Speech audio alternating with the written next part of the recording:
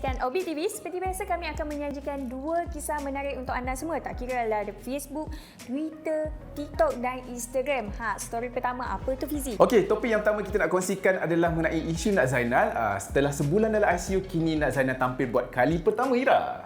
Dan story kedua mengenai Datuk Seri Siti Nurhaliza dikatakan jadi penyampai laporan cuaca. Hebat kan? Dan kalau korang nak tahu lebih lanjut, jom kita layan OB TV. Jom. Okey, untuk topik yang pertama kita nak kongsikan hari ini mengenai isu Nak Zainal. Seperti anda sedia maklum, Nak Zainal telah dimasukkan hospital kerana akibat pendarahan paru-paru, Ira.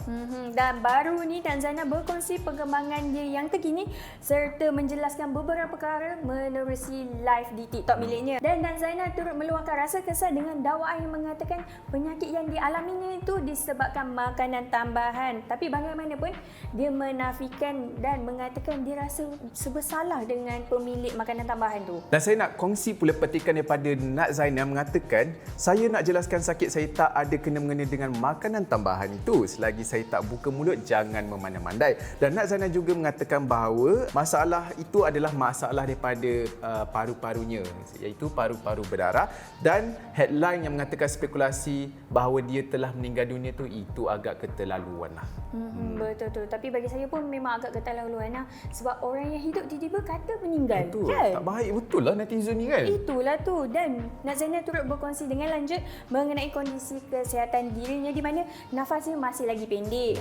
Dan tak boleh bercakap banyak kerana paru-parunya masih belum sembuh sepenuhnya. Dan menurut doktor, Nak Zainal ketika ini dalam fasa penyembuhan dan perlu mengambil 11 ubat setiap hari. Banyak kan? Banyak tu. Dan kami di OB TV ini mengambil kesempatan ini untuk mendoakan agar Nak Zainal terus cepat sembuh dan dapat menyinari dunia industri seni tanah air kita. Amin.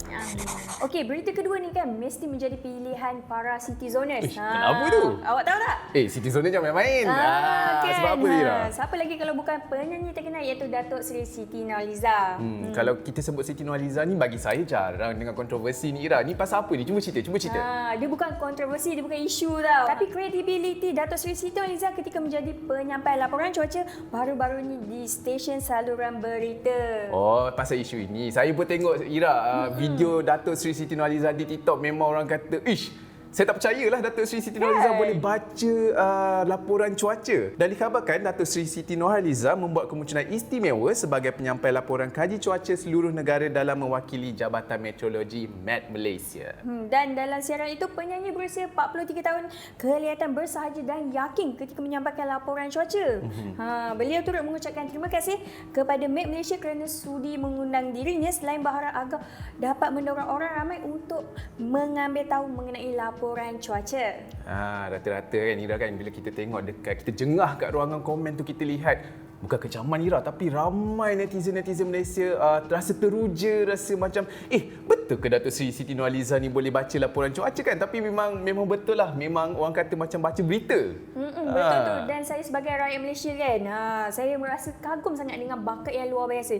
Dah lah pandai menyanyi, lepas tu boleh baca laporan cuaca. Betul Ira. Baiklah, di kesempatan ini kami ingin mengucapkan selamat tahun baru 2023. Dan nantikan OB TV bakal menyajikan look and feel yang baru Ira, yang fresh, yang terkini ya. Kalau korang nak tahu, nantikan.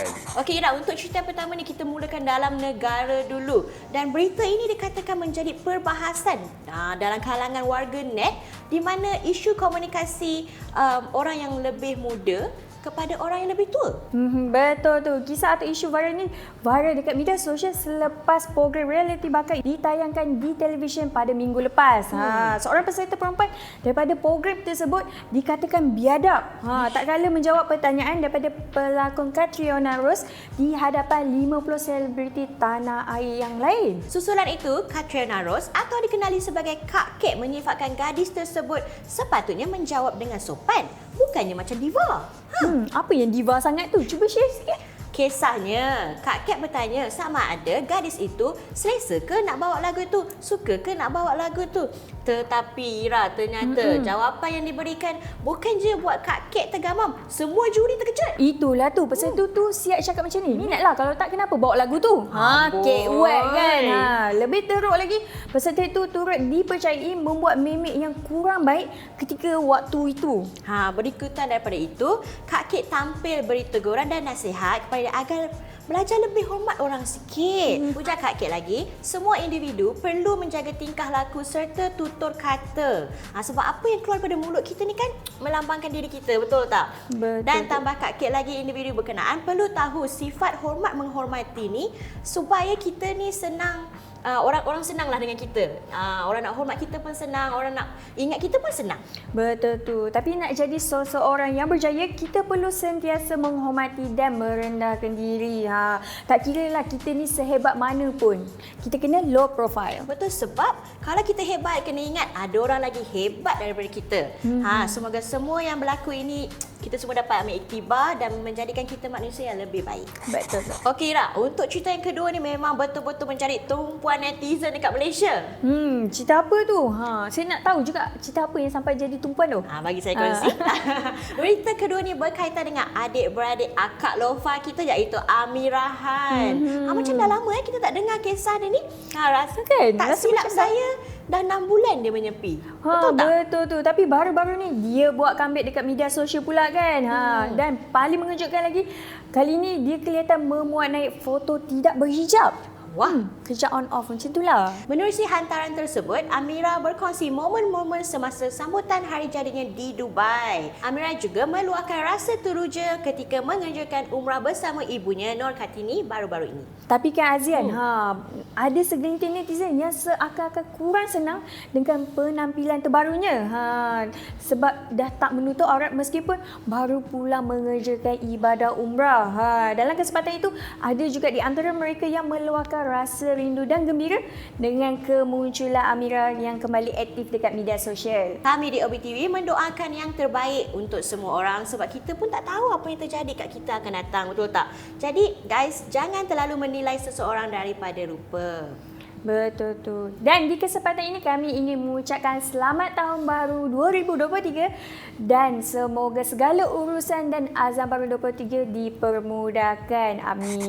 Okey Fizi, kita mulakan cerita OBTV yang pertama dengan berita yang kurang menyenangkan, terutamanya buat pasangan yang baru berumah tangga.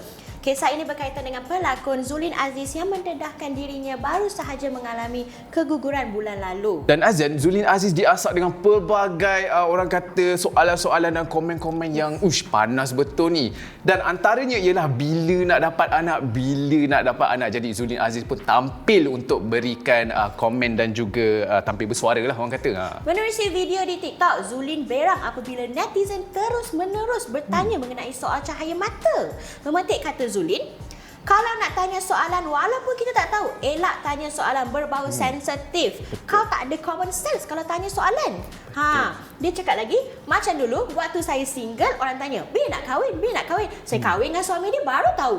Hai, kau nak kahwin dengan suami orang buat apa? Bukan saya petik cakap Zulin. Oh, Zulin Aziz. Okey. Menerusi live di TikTok tu lagi, Zulin menyatakan dia dan suami Farhan Nur Zaini sama seperti pasangan lain, nak juga cahaya mata. Ujarnya lagi, mereka tidak akan pernah berhenti berusaha untuk mendapatkan zuriat. Dan Zulin juga akan memastikan dia dan suami akan pergi berbulan madu setiap kali mempunyai masa yang terluang. Orang kata, Oshin, dalam hidup ni kita tak boleh putus asa lah. Betul tak? InsyaAllah ada rezeki tu ada. Dan untuk setiap pasangan pengantin baru juga, kami di OBTV ingin mengucapkan selamat pengantin baru dan semoga dimurahkan rezeki selalu. Amin. Okey, Fizi, untuk cerita yang kedua ni pula, kita terlebih dahulu sebelum apa-apa, kita nak cakapkan tahniah kepada Anita Baharom kerana telah selamat menjadi isteri kepada Engku Isyamuddin Tuan Losin. Pasangan ini telah diijab kabulkan pada 22 Disember yang lalu. Ya, bercakap mengenai Anita Baharom pasal berkahwin pun ada juga mulut-mulut jahat ni bercakap, Oshin. Kita tak boleh nak halang lah mulut netizen ni kan. Betul. Difahamkan Anita Baharom kehilangan suaminya, Allahyarham Muhammad Ismadi, pada 1 Januari lalu. Dan tidak sampai setahun, pelakon ini telah bernikah dengan Engku Isyamuddin Tuan Losin baru-baru ini. Itulah orang cakap bila dah jodoh tu, dipercepatkanlah. Diteruskan. Benda baik kita cepatkan. Anita bagaimanapun memilih untuk tidak menghiraukan cakap-cakap orang yang mempersoalkan tindakannya berkahwin cepat selepas kematian suami. Dia turut berkata, ikatan perkahwinan yang dibina buat kali kedua itu sama sekali tidak bercanggah dengan hukum agama. Malah, kalau ikutkan hukum hakam pun tiada salah. Tiada juga dalil yang kata kalau tak cukup setahun bergelar ibu tunggal, berdosa untuk nikah? Tak ada, Fizi. Tak ada. Tak ada. Tambah Anita pula Azian, keputusan tersebut dibuat selepas berbincang dan menerima pendapat daripada ahli keluarga. Ni kira dah dapat restu keluarga lah kan. Tak ada masalah pun. Dan katanya begini kepada media, segala keputusan diambil bukan daripada saya sendiri. Saya minta pendapat ahli keluarga terdekat dan saudara mara juga. Dan Anita juga menyatakan mereka kata hubungan baik elok dipercepatkan, tak baik kita tangguh. Betul. Itu yang bagus dan lebih afdal. Betul-betul. Alhamdulillah, saya setuju betul Fizi. Perkara yang baik macam ni, tak payahlah kita hirau. Tak payah. Kehidupan kita yang berhak untuk tentukan. Betul. Semoga ikatan perkahwinan Anita Baharum berkekalan sehingga jannah bersama pasangan. Amin. Okey, sebelum kita bersurai, kami nak ucapkanlah selamat menyambut tahun baru 2023. Kalau ada azam yang lama tak capai lagi tu, teruskan. Kalau dah capai tu, buatlah azam yang baru, okey? Dan nantikan set OBTV yang baharu daripada kami tak lama lagi. Okey, itu saja guys untuk OBTV kali ini, dan jangan lupa layari www.obulan.com untuk baca berita-berita dan topik yang menarik. Dan untuk video-video menarik, jangan lupa untuk subscribe YouTube Obulan Official dan follow TikTok kami di Obulan Official. Dan jangan lupa untuk saksikan kami setiap Jumaat, Sabtu dan Ahad jam 6.55 petang hanya di TV9. Saya Hafiz Idrus. Saya Aizan Sher. Berjumpa lagi. Bye. Tuan suruh saya action, tuan tak suruh saya cakap.